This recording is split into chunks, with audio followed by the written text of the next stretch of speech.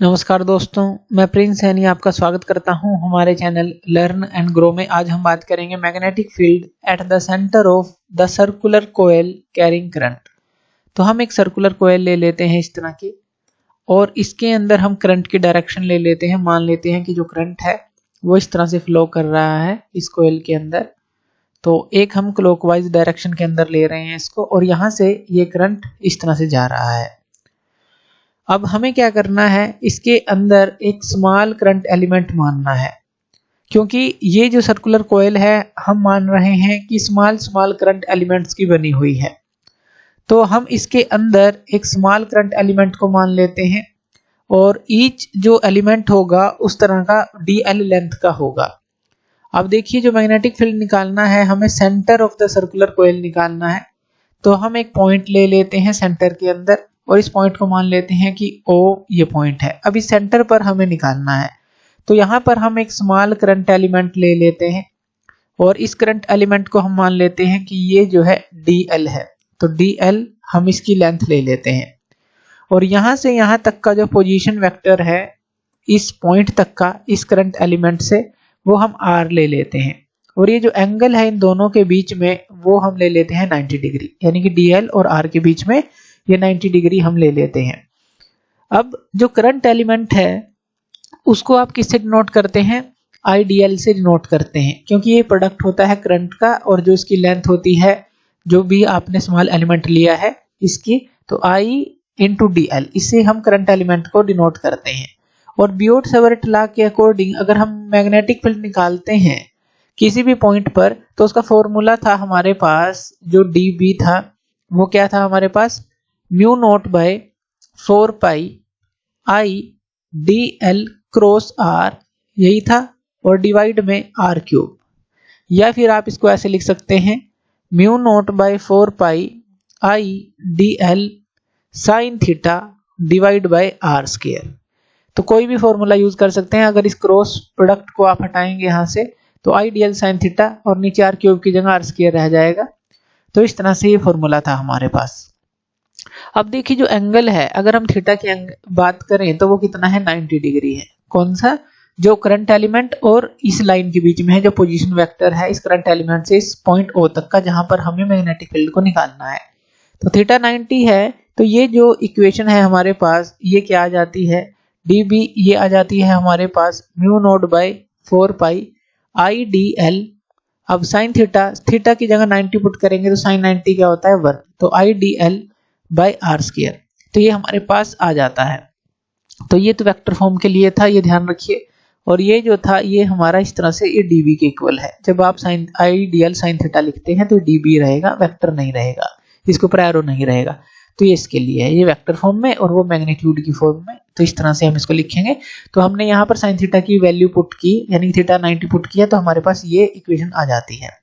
तो इस तरह से आप dB की वैल्यू को निकाल सकते हैं। अब अगर आप पूरी कोयल के कारण, अब ये तो हमने स्मॉल करंट एलिमेंट लिया था, या स्मॉल एलिमेंट लिया था dl का कह लीजिए।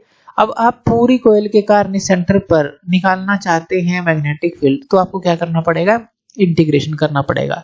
b की वैल्यू क्या हो जाएगी, इंटीग्रेशन आप करेंगे इस dB का, और dB की जगह जो वैल्यू है वो पुट आप करेंगे, वो क्या है, म्यू नॉट बाई 4 पाई और I dl by r square, यही है। इस वैल्यू को पुट कर देंगे।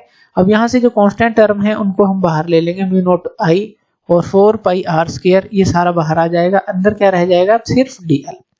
अब ये जो dl है, dl क्या है, जो ये स्मॉल करंट एलिमेंट था।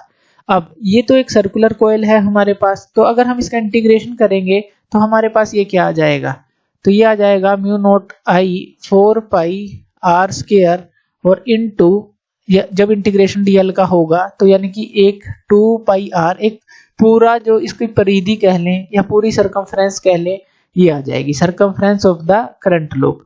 तो इसको आप 2 पाई r से डिनोट करेंगे, तो इस तरह से ये आपके पास आ जाएगी। तो b की रिलेशन आपके पास आ जाती है ये। तो इस तरह से b को आप निकाल सकते हैं। अब यहाँ पर देखिए, इस r से इस r को भी कैंसिल आउट आप कर सकते हैं, यानी कि इसको रिफॉर्म करके भी लिख सकते हैं। म्यू नॉट I यहाँ पर आ जाएगा 4 पाई r, ये r इससे कैंसिल, तो यहाँ पर ये क्या आ जाएगा, 2 पाई। अब ये तो सिर्फ एक टर्न के लिए हमने बात की है, कोयल की एक ही टर्न है। अगर हमारे पास n टर्न्स हो, इस कोयल की n टर्न्स हो।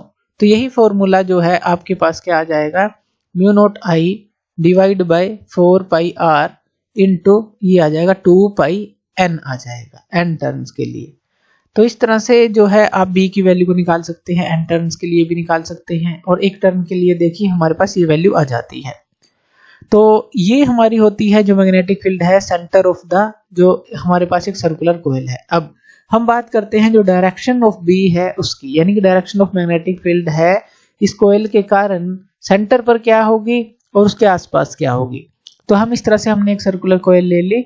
अब हम मान रहे हैं कि जो करंट है, करंट की डायरेक्शन जो है इस तरह से है, इसके अंदर इस तरह से करंट फ्लो कर रहा है, यानी कि क्लॉकवाइज डायरेक्शन में इस तरह से। तो ये करंट की डायरेक्शन है। तो इसके लिए भी हम जो है राइट हैंड रूल का यूज करेंगे। हमें करना क्या है, जैसे कोई भी पोर्शन है, अगर आप ये पोर्शन मानते हैं, यहां से अगर आप इसको ग्रिप करते हैं राइट हैंड के साथ, तो आपकी फिंगर जो है किस तरफ टर्न होंगी, अंदर की तरफ टर्न होंगी। इसी तरह से अगर आप ये जो है ये पोर्शन मानते हैं, तो यहां से आप राइट हैंड से इसको ग्रिप करते हैं, तो थंब जो है नीचे की तरफ होगा, यानी कि जो थंब है वो करंट की डायरेक्शन को दिखाएगा, और जो फिंगर है वो मैग्नेटिक फील्ड की डायरेक्शन को दिखाएगा।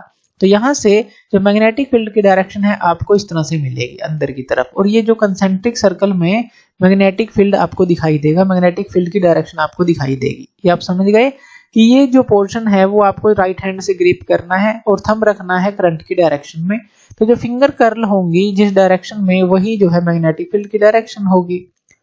इसी तरह से यहाँ पर अगर आप देखेंगे तो यहाँ पर जो मैग्नेटिक फील्ड की डायरेक्शन होगी वो इस तरफ होगी। जब आप थंब को इस डायरेक्शन में रखेंगे करंट की और फिंगर को कर्ल करेंगे, राइट हैंड रूल का यूज कर रहे हैं, तो ये डायरेक्शन आपको मिलेगी।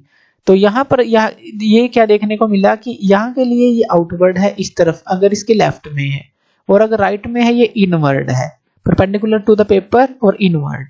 और इसके लिए अगर हम देखें तो ये इनवर्ड है अगर इसके लेफ्ट में है, परपेंडिकुलर टू द पेपर है, और ये जो है आउटवर्ड है, तो ये अगर इसके राइट में है कोई भी पॉइंट। तो अगर हम सेंटर की बात करें, जैसे जैसे सेंटर के पास जाती रहती हैं ये जो लाइंस होती हैं, तो ये स्ट्रेट होती चली जाती हैं।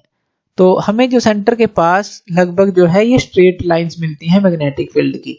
तो इस तरह की उनकी स्ट्रेट लाइंस होती चली जाती हैं जैसे जैसे सेंटर के पास जाती हैं। तो यहाँ से हमने क्या देखा कि जो नियर द वायर है, यानी कि जो ये कोयल की वायर है, यहाँ पर आपको कंसेंट्रिक सर्कल देखने को मिलते हैं मैग्नेटिक लाइन ऑफ फोर्सेस के। लेकिन जैसे जैसे सेंटर की तरफ बढ़ते हैं ये जो लाइंस ऑफ जो मैग्नेटिक फोर्स है वो स्ट्रेट होती चली जाती हैं। तो इस तरह से आप डायरेक्शन ऑफ मैग्नेटिक फील्ड को भी दर्शा सकते हैं। तो ये थी हमारी जो magnetic field the at the centre of the circular coil carrying current. तो थैंक यू वीडियो देखने के लिए, और इसी तरह की वीडियोस के लिए आप हमारे चैनल लर्न एंड ग्रो पे हमें सब्सक्राइब कर सकते हैं। धन्यवाद।